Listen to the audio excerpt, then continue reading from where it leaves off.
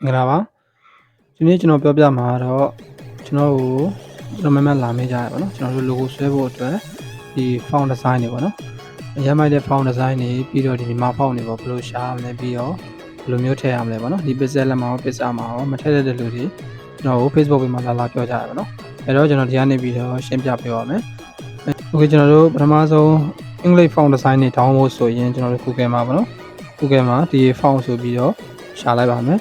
font site တွေကတော့အများကြီးရှိတယ်ပေါ့နော်တခြား font တွေလည်းအများကြီးရှိတယ်ကျွန်တော်ကတော့ဒီ font ကယူနေကြမလို့ဒီ font ကိုညွှန်ပေးရဖြစ်ပါတယ်အခုကျွန်တော်တို့ဒီ font site တွေကိုသွားလိုက်မယ်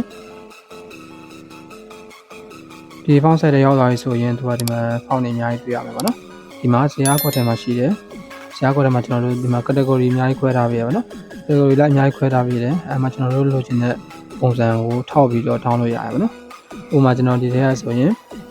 PDF ပေါ့နော် PDF ကိုထောင်းလိုက်မယ်ကျွန်တော်တို့ကဒီ font အကုန်လုံးရောထားတဲ့ပုံစံပေါ့နော်သူကတော့ PDF ဆိုတော့ဒီရောထားတဲ့ပုံစံအများကြီးပဲတွေ့ရမယ်အဲ logo ဆွဲတဲ့အခါမှာရမ်းမိုက်တဲ့ font တွေလည်းပါတယ်ပေါ့နော်ဟိုစိတ်ရှိလက်ရှိနဲ့ဒီကနေစောင့်တောင်းပြီးတော့မှ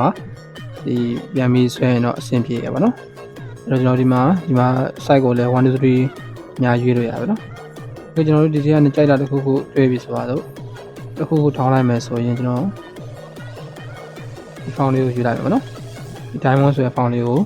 ကျွန်တော်ကြိုက်တဲ့အတွက် download ကိုဒီမှာ download လေးပါတယ် download ကိုနှိပ်လိုက်မယ်ဒါဆိုရင်ကျွန်တော်တို့ download နေပြီပေါ့နော်ဒါဆိုရင်ကျွန်တော်တို့ဒီ file လေးက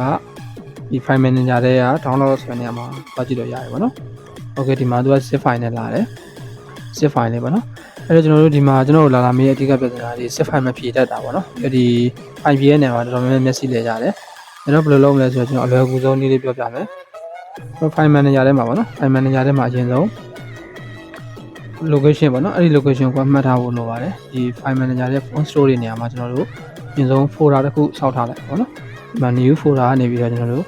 အမိလွယ်မဲ့ folder ပေါ့နော် folder name တစ်ခုစောက်ထားလိုက်ပါစောက်ပြီးသားဆိုရင်ကျွန်တော်ကတော့စောက်ထားရှိရပါတော့စောက်ပြီးသားဆိုရင်ကျွန်တော်တို့ကခုနကပေါင်းထားတဲ့ zip file ပေါ့နော် zip file ကိုတစ်ချက်တော့ပြီးဒီမှာ extract ဆိုတာပါတယ် extract ပြီးရင်ကျွန်တော်တို့ဒီမှာ select folder ဆိုတာနှိပ်လိုက်မယ်ဆိုရင်ခုနကကျွန်တော်တို့နာမည်ပေးထားတဲ့ဒီ folder တွေကိုကျွန်တော်တို့က extract ဖြည့်ပေးရမှာပေါ့နော် extract ဖြည့်ပေးရမယ်ကျွန်တော်ကဒီမှာ my font english ဆိုပြီးပေးထားရပါတော့ extract ဖြည့်ပေးရမယ်ဒီ extract ဖြည့်ပေးရကျွန်တော် folder ကျွန်တော်တို့ပေးထားတဲ့ folder တွေကို extract လာပြီးဆိုရင်ဒီမှာ extract here ဆိုနှိပ်လိုက်လို့ရှိရင်ဒါဆိုကျွန်တော်တို့ခုနကဒီ zip file လေးက PDF file တစ်ခုကခုနကကျွန်တော်တို့ပေးထားတဲ့ file တွေကိုရောက်သွားတယ်ပေါ့နော်အဲ့ဒီခါမှာကျွန်တော်တို့က pixel lab or pixar ဒါမှမဟုတ်ပေါ့နော်ကိုကြိုက်ကို font သွင်းနေတဲ့ software တွေကိုဝင်ပြီးတော့ကျွန်တော်တို့ add font တွေကနေပြီးတော့ကျွန်တော်တို့ down ပေးရမှာပေါ့နော် add font တွေကနေထည့်ပေးရမှာဒါမှမဟုတ် file manager တွေကနေသွားထည့်လို့ရတယ်ပေါ့နော်ဒီမှာ font ရှိတယ် font ဒီမှာ my font နဲ့ကနေမှာဒီမှာ add font ပေါ့နော် add font သွားလို့ရတယ် file manager ပေါင်းလေးသွားတယ်ဒီမှာကျွန်တော်တို့ဖွဲ့ထားတဲ့ folder နာမည်ကိုပြန်ရှာမယ်ပေါ့နော် okay အဲ့မှာကျွန်တော်ဒီမှာ my font english ဆိုပြီးတော့ကျွန်တော်ပေးထားတဲ့ folder အဲ့ဒါကိုသွားပြီးမှခုနကကျွန်တော် down ထားတဲ့ခုနနောက်ဆုံး down ထားတဲ့ဒီမှာ diamond 3ပေါ့နော် iPhone လေးကိုဒီမှာ PDF file ရောက်နေတယ်အဲ့ဒါကိုကျွန်တော်က S ဆိုနှိပ်လိုက်လို့ရှိရင်ဒါဆိုရောက်လာပြီပေါ့နော်ဒါဆိုရင်ကျွန်တော်တို့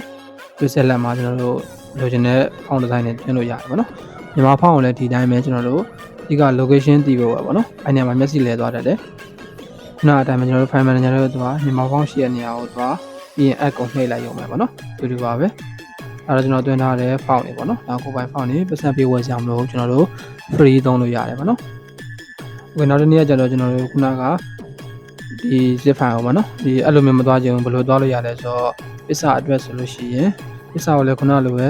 iPhone နဲ့သွားလို့ရတယ်လို့ file manager တွေကနေ copy ကူးလို့လည်းရတယ်ပေါ့နော်။ဒီ copy ကူးရဲ့နီးကဘာကောင်းလဲဆိုတော့ကျွန်တော်ခုနလို iPhone နဲ့သွားမယ်ဆိုရင်တစ်ခုချင်းကိုပဲ pixar မှာ select ပေးလို့ရတယ်ပေါ့နော်။အခုသွားမယ့်နေရာကျတော့ကျွန်တော်တို့ all select all ပေးပြီးတော့ကျွန်တော်တို့ copy paste လုပ်လို့ရတယ်ပေါ့နော်။အဲ့တော့ကျွန်တော်က phone store တွေတော့သွားမယ်ခုနကကျွန်တော်တို့ဖွဲ့ထားတဲ့ folder ထဲမှာခုနကရောက်နေတဲ့ file ပေါ့နော်အဲ့ဒီ file ကိုတွေ့အောင်ရှာမယ်အဲ့တော့ကျွန်တော်တို့က my font english ပေါ့နော် my font english ဒီမှာကျွန်တော် down ထားတဲ့ font ကိုလိုက်ရှာမယ်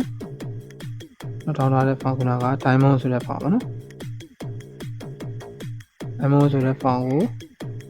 original အထက်ဆုံးရောက်နေတယ်